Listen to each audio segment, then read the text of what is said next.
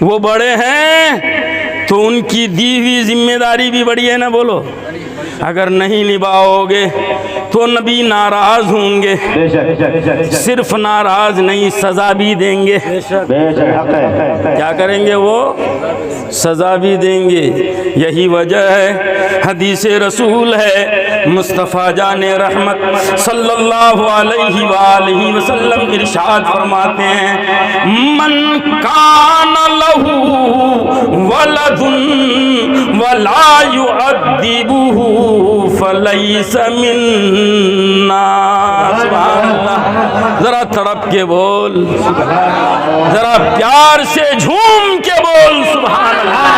اللہ کے پیارے نبی صلی اللہ علیہ وآلہ وسلم ارشاد فرماتے ہیں، اللہ نے جس کو بیٹا دیا، جس کو اولاد دی، اور اس نے بیٹے کی صحیح تربیت نہیں کی، صحیح باتیں نہیں سکھائی، اچھی تعلیم نہیں دی، تو سرکار فرماتے ہیں وہ مجھ میں سے نہیں ہے۔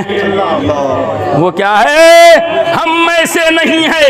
اگر اللہ نے اولاد دیا ہے تو تم کو ذمہ دار بنایا ہے، اپنے بچے کو اچھی اچھی عادتیں سکھاؤ، پیاری پیاری ادائیں سکھاؤ، اپنے بچے کو اچھا بناؤ۔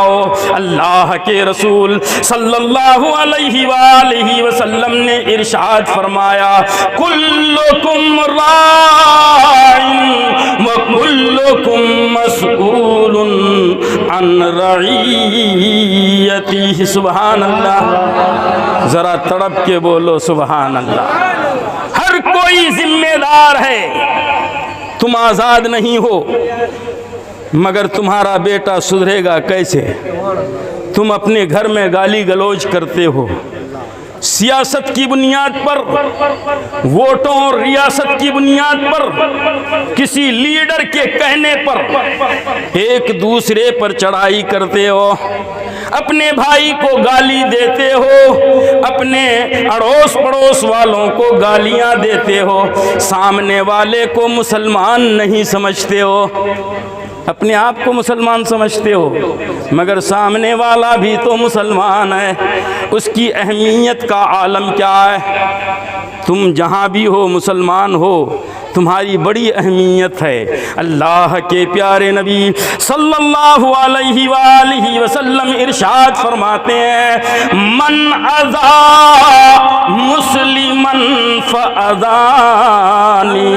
سبحان اللہ، جس نے کسی مسلمان کو ستایا اس نے گویا مجھ کو ستایا، جس نے کسی مسلمان کو گالی دی اس نے مجھ کو گالی دیا، جس نے کسی مسلمان کو مارا گویا کہ اس نے مجھ کو مارا۔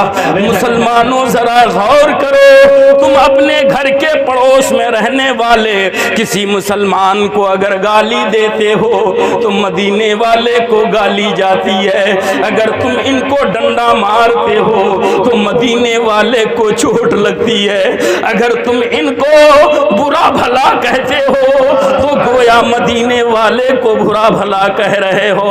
تمہارا حال کیا ہوگا؟ تمہاری حالت کیا بنے گی؟ میرے مصطفیٰ کو تکلیف دیتے ہو۔ اللہ کے رسول فرماتے ہیں، وَمَنْ عَزَانِي فَعَازَ اللَّهَ وَمَنْ عَزَ اللَّهَ فَلَا يُدْخِلُهُ اللَّهُ فِي الْجَنَّةِ۔ سبحان اللہ، ذرا تڑپ کے بولو سبحان اللہ۔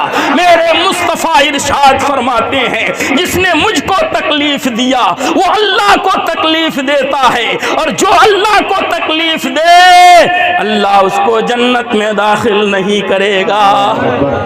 تمہارے گھر کے بازو میں رہنے والا مسلمان اتنا احترام والا ہے، اتنا مقدس اور تقدس والا ہے، اس کو تکلیف ہو تو مدینے والے کو تکلیف ہوتی ہے، مگر تم تکلیف دیتے ہو، گالیاں دیتے ہو۔ ایک حدیث سن لو، پیارے نبی صلی اللہ علیہ وآلہ وسلم کی بارگاہ میں صحابی آئے، عرض کرنے لگے یا رسول اللہ فلاں مومن نے مجھے گالی دی ہے، فلاں مسلمان نے۔ غور سے سنو، عمل کرنے کی کوشش کرو۔ میں تقریریں نوٹنکی کے لیے نہیں کرتا ہوں، بڑی قیمتی تقریریں کرتا ہوں۔ ہزاروں روپے دے کر ہمیں بلاتے ہیں لوگ، مگر جب اپنے علاقے میں ہم آتے ہیں فری میں بولتے ہیں۔ کیوں؟ کیونکہ ہم آپ کی اولاد ہیں، آپ کی کوکھ سے ہم پیدا ہوئے ہیں۔ ہماری باتوں کو سنو، اگر سننے کا جذبہ نہیں ہے تو مولوی مت بناؤ اپنی اولاد کو۔ اگر اولاد کو مولوی بناتے ہو تو دین سیکھنا ہوگا اپنے بیٹے سے، اپنی اولاد سے مذہب کو سیکھنا ہوگا۔ صحابی رسول آئے، عرض کرنے لگے یا رسول اللہ فلاں مسلمان ہے مگر مجھے گالی دیتا ہے۔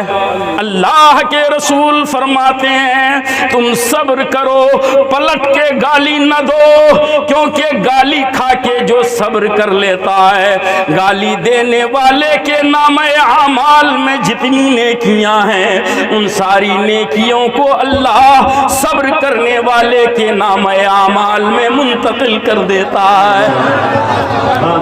تم نے گالی دی، سامنے والے نے صبر کر لی، تمہارے سارے اعمال برباد ہو گئے، ان کے نام اعمال میں منتقل کر دیا گیا۔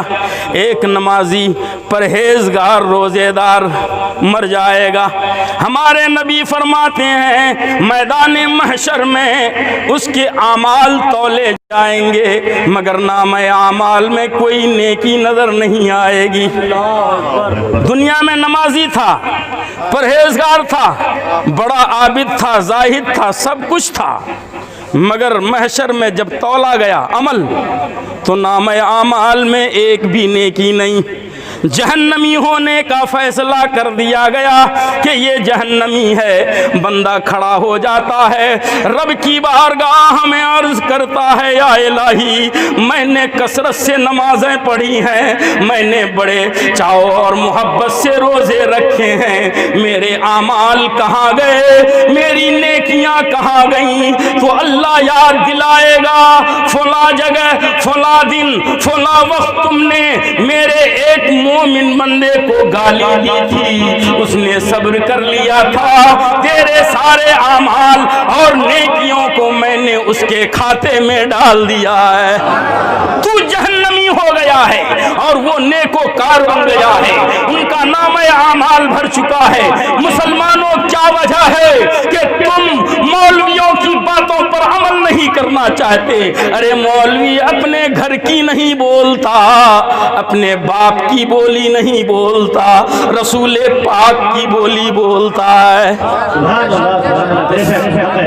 سمجھنا ہوگا نا بھائی، مگر نہیں گالیاں دیں گے۔ ہمارے علاقے میں ہم دیکھتے ہیں ایسا مارتے ہیں بیویوں کو، جانور کی طرح مارتے ہیں لوگ، اور سوچتے ہیں کہ میں شوہر ہوں، میرا حق بنتا ہے، ہم ماریں گے پیٹیں گے۔ مگر ایک حدیث سنو، حضرت سیدنا مقداد رضی اللہ تعالیٰ عنہ صحابی رسول ہیں، بات اندر کی ہے، میں دبے لہجوں میں بولوں گا، سمجھنا ہے۔ عشاء کی نماز پڑھے مسجد نبوی میں، رسول اللہ کے پیچھے نماز پڑھ کے اپنے گھر کو گئے۔ اس دور میں لائٹ نہیں، چراغ جلتا تھا۔ آپ کی یہاں لائٹ کب آئی بھائی؟ 2-4 سال۔ چراغ تو دیکھے ہیں نا، چراغ جلتا تھا۔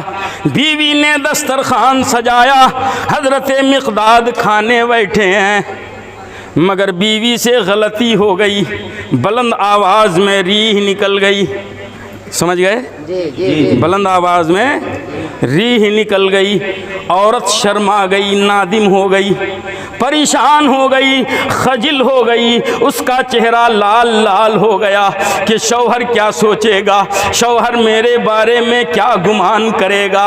حضرت سیدنا مقداد نے جب دیکھا بیوی شرمندہ ہو رہی ہے، اللہ والی ہے، مسلمان ہے، مومن ہے، کسی مومن کو شرمندہ ہونے سے بچا لینا ہے، تو فوراً فرماتے ہیں اے میری بیوی ذرا اونچا بولو، 2 دن سے میرے کان بھاری ہو گئے ہیں، 2 دن سے میرے کان بھاری ہیں، میں آواز سن نہیں پاتا ہوں، ذرا اونچا بولو۔ اب بیوی کو خوشی ہوئی، چلو مجھ سے جو غلطی ہوئی ہے اس نے سنا نہیں ہے، شرمندگی ختم ہو گئی، جو چہرے پہ خجالت کے آثار تھے وہ ختم ہو گئے، خوش ہو گئی بیوی کہ شوہر بہرا ہے، کچھ سن نہیں پاتا ہے، کان اونچے سنتے ہیں۔ رات گزر گئی، صبح سویرے مسجد نبوی کی طرف فجر کی نماز کے لیے چلے حضرت سیدنا مقداد رضی اللہ تعالیٰ عنہ۔ ذرا غور کرو، پیارے نبی اپنے حجرے سے نکلے ہیں، مسجد نبوی کو چھوڑ کے مقداد کے گھر کی طرف آ رہے ہیں، مقداد کے گھر کی طرف جا رہے ہیں۔ راستے میں مقداد آتے ہوئے نظر آتے ہیں تو سرکار اپنے معمول سے کہیں معمول کے خلاف جلدی دوڑ کے جاتے ہیں مقداد کی طرف، یعنی سرکار دوڑتے ہوئے گئے۔ حضرت مقداد پریشان، یا رسول اللہ ماجرا کیا ہے؟ حضرت رسول اکرم صلی اللہ علیہ وآلہ وسلم نے ارشاد فرمایا، اے مقداد رات بھر میں تم نے کون سا ایسا عمل کر لیا ہے کہ جبرائیل آئے تھے بشارت سنا کر گئے ہیں، یا رسول اللہ اللہ نے مقداد کو جنتی بنا دیا ہے، اللہ نے یا رسول اللہ زندہ باد زندہ باد ذاکر حسین صاحب زندہ باد، اللہ اکبر، یا رسول اللہ۔ اے مقداد وہ کون سا عمل ہے جس کی بنیاد پر جبرائیل آئے تھے بشارت سنا کر گئے ہیں کہ مقداد جنتی ہے؟ حضرت مقداد عرض کرتے ہیں، یا رسول اللہ میں نے عشاء کی نماز پڑھی، کھانے کے لیے گھر گیا، سویا، معمول کے مطابق جیسا رہتا ہوں ویسا ہی رہا، کوئی خاص عمل نہیں کیا، مگر یا رسول اللہ میں نے اپنی بیوی سے ایک جھوٹ بولا ہے، یا رسول اللہ میں نے اپنی بیوی سے ایک جھوٹ بولا ہے، وہ جھوٹ کئی دن تک مجھ کو نبھانا ہوگا، وہ جھوٹ کئی دن تک مجھ کو چلانا ہوگا۔ بولا کیا جھوٹ بولے ہو؟ پوری کہانی سنائی تو سرکار نے فرمایا تم نے اپنی بیوی کو شرمندہ ہونے سے بچانے کے لیے یہ جھوٹ بولا ہے، کان بہرے ہیں یہ کہا ہے، آخر کیوں کہا ہے؟ تو حضرت مقداد عرض کرتے ہیں، یا رسول اللہ میری بیوی بھی نمازی ہے، میری بیوی بھی مومن ہے، آپ کی دیوانی ہے، میرا دل نہیں چاہا کہ اپنے کسی غلطی کی وجہ سے میری بیوی مجھ سے شرمندہ ہو جائے، اس کو شرمندگی سے بچانے کے لیے میں نے جھوٹ بولا ہے۔ مصطفیٰ ارشاد فرماتے ہیں، اے مقداد یہی جھوٹ ہے جس کی بنیاد پر اللہ نے تجھے جنتی بنا دیا ہے۔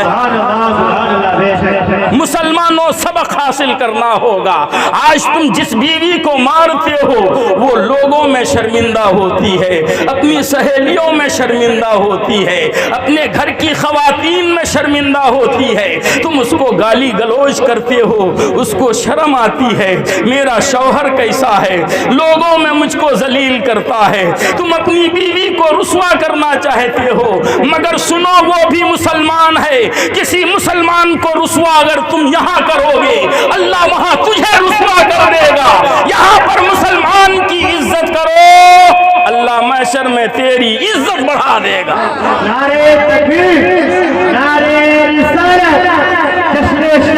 اعظم سرزمین پناہی شریف مفتی ذاکر حسین صاحب قبلہ نعرہ تکبیر نعرہ رسالت۔ اب اور سنو میری مائیں غور سے سنیں، میں آپ ہی کی کوکھ سے پیدا ایک مولوی ہوں جو آپ کے رشد و ہدایت کے لیے چیخ چیخ کر راتوں کو برباد کر رہا ہوں۔ آپ کو سننا ہوگا حضرت علی اور حضرت فاطمہ میں نوک جھونک ہو گئی، دونوں پیارے، دونوں اچھے، ہے نا؟ کیسی نوک جھونک ہوئی ہوگی؟ زیادہ تو نہیں ہوئی ہوگی، مگر حضرت علی کو غصہ آیا، مگر غصہ بیوی پہ جھاڑنے کے بجائے، ہم ہوتے تو بیوی پہ جھاڑ دیتے تھے، مگر بیوی پہ جھاڑنے کے بجائے بدن سے کپڑا اتارا، مسجد نبوی شریف چلے گئے اور زمین پہ سو گئے۔ سرکار اپنے حجرے سے نکلے اور دیکھا کہ علی غصے میں ہیں، غصے کی حالت میں وہ ایسا کرتے ہیں، تو سرکار ہمارے پیارے نبی داماد کے پاس جانے کے بجائے سیدھا اپنی بیٹی کے گھر جاتے ہیں۔ حضرت فاطمہ سے فرماتے ہیں، اے فاطمہ کیا بات ہے، علی تم سے ناراض نظر آ رہے ہیں۔ اے بیٹی گمان نہ کرنا کہ تیرا باپ نبی ہے اور تو بخش دی جائے گی۔ اے سن لے بیٹی فاطمہ، جس عورت سے شوہر ناراض ہو کتنا بھی عمل کر لے کبھی وہ عورت بخشی نہیں جا سکتی ہے۔ اپنے شوہر کی خدمت کرو، اپنے شوہر سے محبت کرو، اپنے شوہر کو راضی کر کے رکھو، ان کی محبت حاصل کرو۔ جب تک تمہارا شوہر تم سے راضی رہے گا تم سے اللہ بھی راضی رہے گا۔ میری ماں سنو، تمہارے شوہر کی خدمت تم پر واجب ہے، اپنے شوہروں کو ناراض نہیں کرنا ہے، اپنے شوہروں کے شان نہیں گھٹانا ہے، ان کی عزت بڑھا دینا ہے۔ حضرت فاطمہ فرماتی ہیں، یا رسول اللہ میں اپنے شوہر کو ناراض کرنے کی غلطی ہرگز نہیں کر سکتی، مگر چھوٹی سی بات تھی، علی کو غصہ آیا اور وہ یہاں سے چلے گئے۔ سرکار فرماتے ہیں، اے فاطمہ اگر اپنے شوہر کا غصہ کم کرنا چاہتی ہے تو ایک عمل کرو۔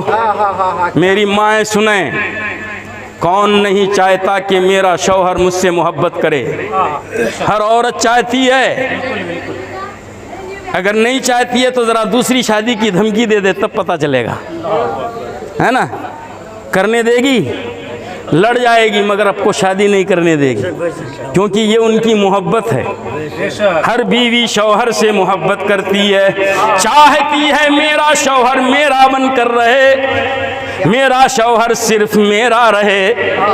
تو سرکار نے فرمایا، اے فاطمہ تیرے شوہر کو غصہ نہیں آئے گا، ایک فارمولہ ہے جس پہ عمل کرنا ہے۔ جب علی اپنے گھر سے باہر نکل جائیں تم وضو کرو، مصلی بچھاؤ، 2 رکعت نماز پڑھو، اس کے بعد دعا کرو، یا اللہ میرے شوہر میری نگاہوں سے باہر گئے ہیں، تو ان کے جان کی حفاظت فرما، ان کی کمائی میں برکتیں دے دے، یا اللہ میری محبت اس کے دل میں ڈال دے۔ نبی فرماتے ہیں، اے فاطمہ 2 رکعت نماز پڑھ کے اگر بیوی دعا کرے اللہ اس دعا کو رد نہیں فرماتا، شوہر کے حق میں قبول فرما لیتا ہے۔ میری ماں تمہیں ہوش کا ناخن لینا ہوگا۔ آج تمہارا شوہر کمانے کے لیے باہر جاتا ہے، کھیتیوں میں جاتا ہے، مارکیٹ میں جاتا ہے، مگر تم اپنے گھر میں ٹی وی میں مشغول ہو جاتی ہو، یا لڑائی جھگڑے میں، یا سہیلیوں کے ساتھ گفتگو کرنے میں لگ جاتی ہو، مگر تمہارا نبی تمہارے فاطمہ کے والد کہتے ہیں، اے پیاری بیٹی شوہر گھر سے باہر جائے تو تیرا پہلا کام یہ ہے، وضو کر 2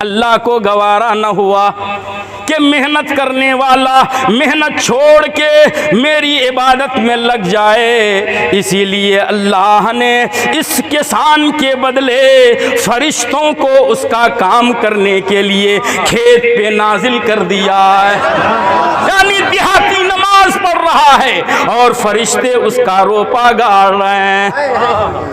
ذرا غور کرو، خالی سننے سے نہیں ہوگا، خالی سننے سے نہیں ہوگا۔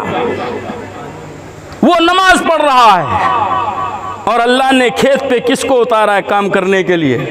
فرشتوں کو اتارا ہے، اور فرشتے جس کھیت میں اتر جائیں اس کھیت کا عالم کیا ہوگا، اس میں برکت کا عالم کیا ہوگا۔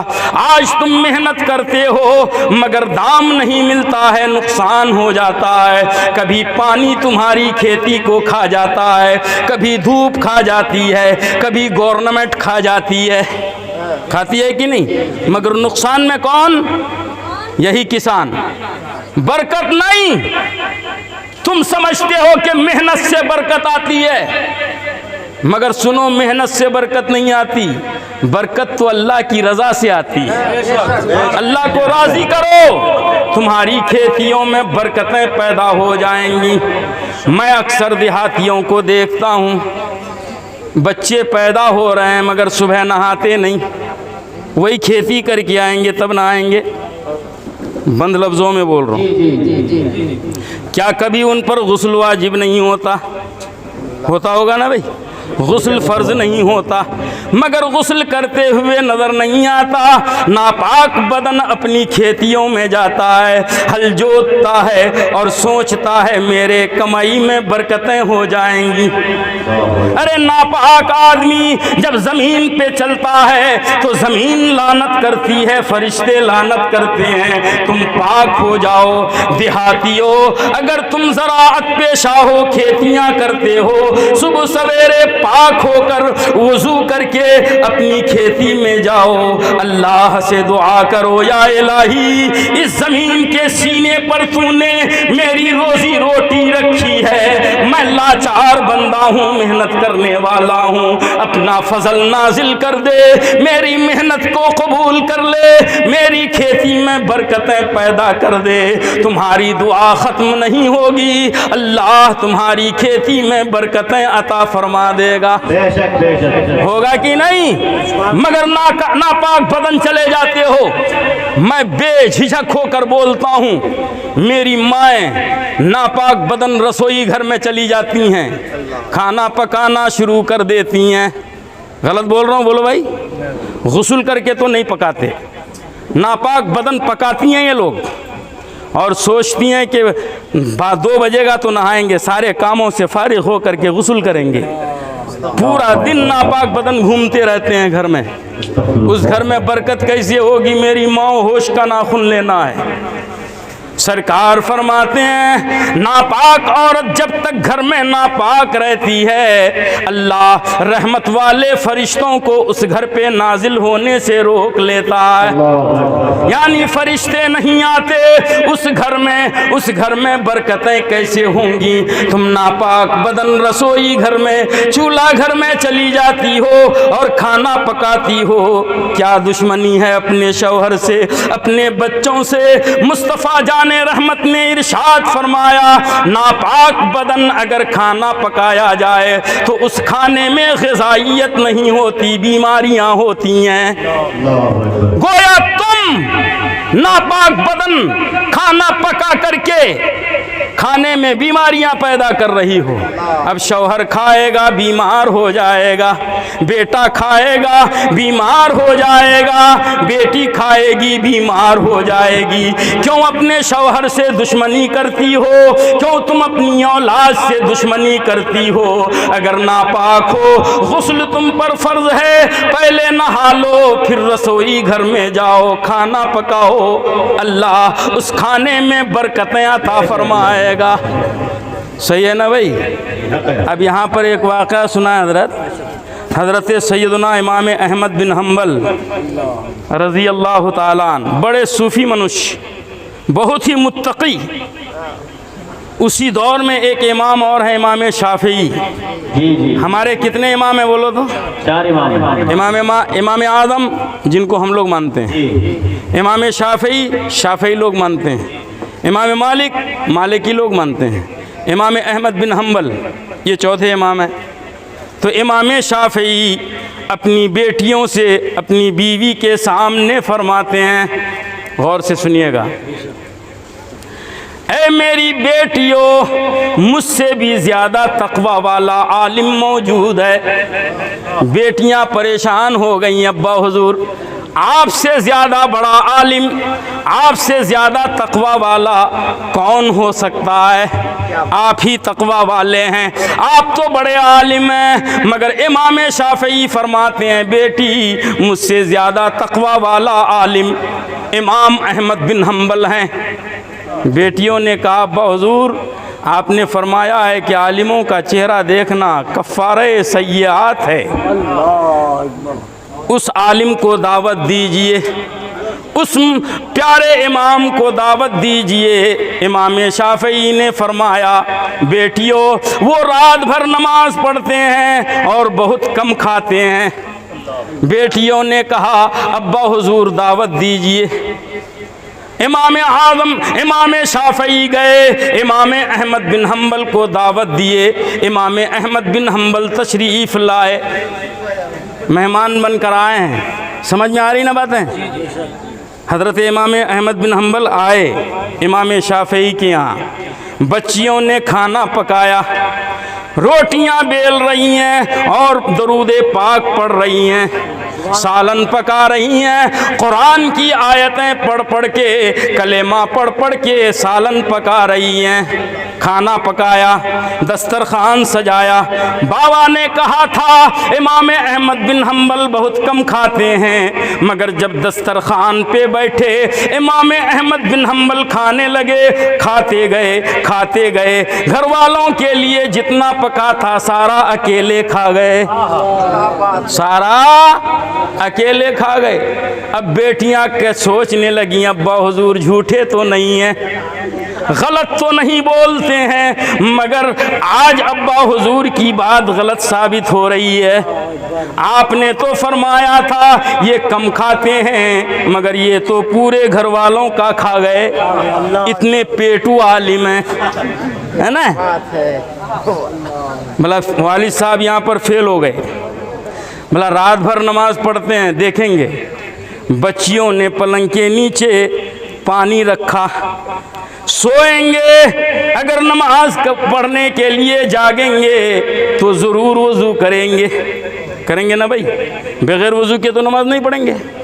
پانی اگر ختم ہو جائے تو سمجھنا یہ بیدار ہوئے اور نماز پڑھتے رہے، اگر پانی یوز نہیں ہوا تو سمجھ لینا سوتے رہ گئے۔ صبح سویرے بچیوں نے دیکھا پانی جیسا دیا گیا تھا ویسا ہی ہے، ایک قطرہ بھی ختم نہیں ہوا۔ بچیاں پریشان ہو گئی، میرا بابا جھوٹ نہیں بولتا، مگر حضرت تو اپنے عمل سے ثابت کر رہے ہیں کہ بابا جھوٹ بولے ہیں، یہ کم کھاتے ہیں مگر بہت زیادہ کھا گئے، رات بھر نماز پڑھتے ہیں مگر آج سوتے رہ گئے۔ کیا بات ہے؟ پھر ناشتے کا دسترخوان سجا، امام شافعی کی طرف بچیاں دیکھ رہی ہیں، ابا حضور آپ جھوٹ نہیں بول سکتے، مگر بات جھوٹی ثابت ہو رہی ہے، کچھ تو ماجرا ہے۔ امام شافعی نے امام احمد بن حنبل کی طرف دیکھا، حضور میں جھوٹا ثابت ہو رہا ہوں، میری بچیوں کی نظر میں میرا وقار گر رہا ہے۔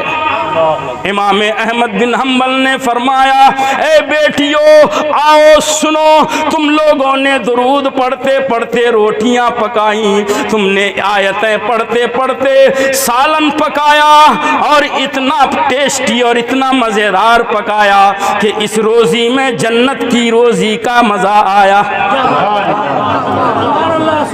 جنت کے کھانے کا مزہ تمہارے پکوان میں نظر آیا۔ اب جنتی غذا اگر کسی کو ملی ہو تو وہ کم کھائے گا کیا؟ نہیں، ہاں وہ تو جتنا چاہے گا کھا لے گا۔ جنت کی غذا ملی ہے، کھاؤ۔ بھلا بیٹیو تم نے اپنے گھر کے پکوان کو جنتی مزہ دیا ہے، میں کھاتا گیا بھول گیا کہ کوئی اور بھی کھانے والا ہے۔ اور جب جنت کی غذا کھا کے سویا تو میں جنت کی سیر کرنے لگ گیا، پتہ ہی نہیں چلا کب سویا کب رات گزر گئی۔ جب جنت کی سیر کر رہا تھا تو جنت میں نہ نماز ہے نہ روزہ ہے، کچھ نہیں ہے، پھر میرے تقوی کو الزام کیوں ہے؟ مسلمانوں، امام احمد بن حنبل فرماتے ہیں عورت اگر نا روٹیاں درود پڑھتے پڑھتے پکائے، عورت اگر کھانا اللہ کا نام لیتے لیتے پکائے تو اس کھانے میں جنت کا مزہ شامل ہو جاتا ہے۔ میری ماؤں تمہیں غور کرنا ہے، اپنے گھر کے رسوئی گھر میں پاک حالت میں داخل ہونا ہے، اللہ کا نام لے لے کے پکانا ہے۔ مگر ہمارے یہاں کا تو حال یہ ہے، چولہا میں جالن بھی دے رہے ہیں، پھر یہاں سے اٹھا کے بھاگتے ان کو گالی بھی دے کے آ رہے ہیں، ہے نا بھائی؟ ہوتا ہے کہ نہیں؟ جھگڑا بھی ہو رہا ہے، کھانا بھی پک رہا ہے نا؟ پھر ناپاک بدن بھی رہتے ہیں، برکت کیسے ہوگی؟ میری ماؤں، ہوش کا ناخن لینا ہے، اپنے آپ کو چینج کرو، اپنے حالات کو بدلو، اللہ و رسول کا قانون مانو۔ تم اگر سدھر گئے تو اللہ کے رسول نے فرمایا ماں کی گود اولاد کے لیے پہلی درسگاہ ہے، تم اچھے ہو جاؤ گے تو اولاد اچھی ہو جائے گی، تم اچھے ہو جاؤ گے تمہاری اولاد اچھی بن جائے گی، کیونکہ سرکار نے فرمایا جیسے ماں باپ ہوتے ہیں ویسا ہی بیٹا ہوتا ہے، جیسے ماں باپ ہوتے ہیں ویسا ہی اولاد ہوتی ہے۔ اصل اچھی تو نسل اچھی ہوگی۔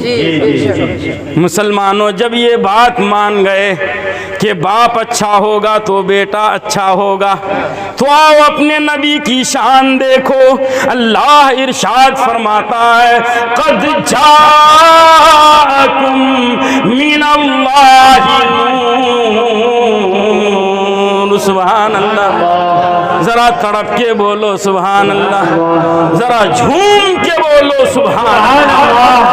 اللہ فرماتا ہے تمہارے پاس میرے نبی نور بن کر آئے ہیں۔ ارے باپ نور ہے تو بیٹا بھی نور ہوگا، باپ اگر نور ہے تو حسن بھی نور ہیں، باپ اگر نور ہے تو حسین بھی نور ہیں، باپ اگر نور ہے تو فاطمہ بھی نور ہیں۔ یہی وجہ ہے امام احمد رضا خان فاضل بریلوی علیہ الرحمت و رضوان ارشاد فرماتے ہیں یا رسول اللہ تیری نسل پاک میں ہے بچہ بچہ نور کا، تو ہے عین نور تیرا سب گھرانہ نور کا، صبح طیبہ میں ہوئی بٹتا ہے بارہ نور کا،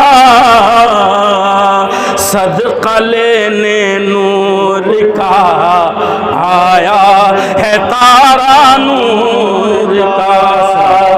سبحان اللہ۔